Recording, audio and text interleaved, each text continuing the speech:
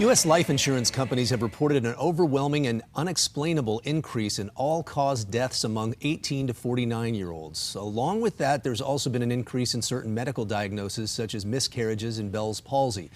Here to give us her take on the new data and what she believes could be causing the rise in numbers is emergency medicine and disaster specialist, Dr. Kelly Victory. Dr. Victory, good morning. Great to talk to you as always.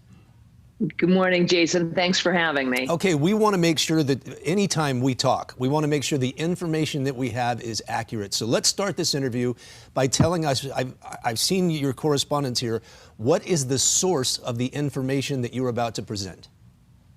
Well, this information became available to me or on my radar last week following a hearing with Senator Ron Johnson, who was looking at sort of what he calls a second opinion on the entire response to the COVID pandemic.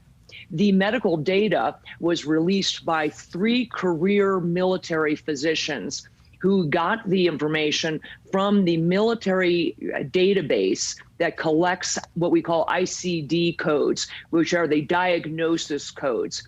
And these physicians had a feeling, they believed based on their own observation, that they were seeing a significant uptick in certain conditions. So they actually went back and culled the database from the military on certain conditions over a 5-year period from 2016 through 2020, notably containing 1 year, 2020, of the full-blown pandemic. So they looked at 2016, 17, 18, 19, and 20 at the prevalence of certain conditions, including things like heart attack, blood clots to the lung, miscarriages, those sorts of things. And they compared it to the incidence of those same things in the calendar year 2021 and saw an alarming increase in certain things. For example, they saw a 270% increase in myocardial infarction in 2021, a 300% increase in incidence of Bell's palsy and of certain neurologic complaints, a 470% increase in pulmonary embolisms, blood clots to the lungs, and many, many other huge increases that they found alarming. Now, no one is saying with any certainty, Jason, what is causing this, but we certainly would be remiss as scientists if we didn't look at that and say, there is something going on. What happened in 2021 that was so different from the previous 5-year average that would cause this massive increase in certain medical conditions? So the source of the information is several U.S. life insurance companies that have been reporting this, correct? And these 3 career physicians that you referred to. Well, yes, they are separate groups of data, Jason. The previous study from the U.S. life insurance companies, many of them were reporting a 40% increase in deaths from all causes in the 18 to 49-year-old group. They know that because these are life insurance companies that provide group life insurance policies to employers. So these are working age individuals with a 40% increase in all-cause deaths. That was a different report from this bombshell that came out last week from, as I said, 3 career military physicians who are culling a military database. So they are 2 groups of data that show, again, an alarm that something is going on. And the question is what? What has changed in calendar year 2021 that is causing, number one, an increase in all-cause deaths, as reported by the life insurance companies, and an increase in certain medical conditions, such as heart attacks, blood clots to the lungs, congenital malformations of children born that year, female infertility, and those sorts of things. Did these 3 career military physicians offer any type of speculation? They did not, but they did not do this anonymously.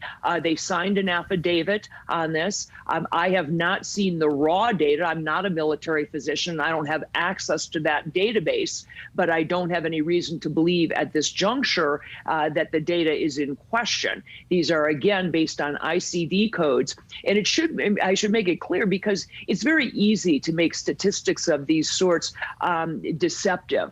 So when I say that there's a 300% increase, for example, in cancers, is what they found. This wasn't an increase from 1 case to 4 cases. In the case of cancer, for example, it was an increase from an average, a 5-year average of 38,000 cases per year to almost 120,000 cases in calendar year 2021. And actually, it wasn't even a full year. It was more like 11 months worth of data. And it was almost up to 120,000 cases of cancer. So the question is, what would cause that? Obviously, there's some conjecture amongst people that it could be the COVID vaccines. That has yet to be proven. But again, we would be remiss if we said that we couldn't consider that. Maybe it's climate change. I don't know. But I sure as heck do know that we better be paying attention to it, because real science, Jason, real science requires us to be intellectually curious. It requires us to ask the uncomfortable question and to look at data, even if that data makes us question previously held convictions. And so if we aren't able to look at this data, if we are silenced and shut down, and I can tell you, I posted a tweet about it yesterday after the data became clear to me that there was something going on. I simply posted as, wow, what's going on here?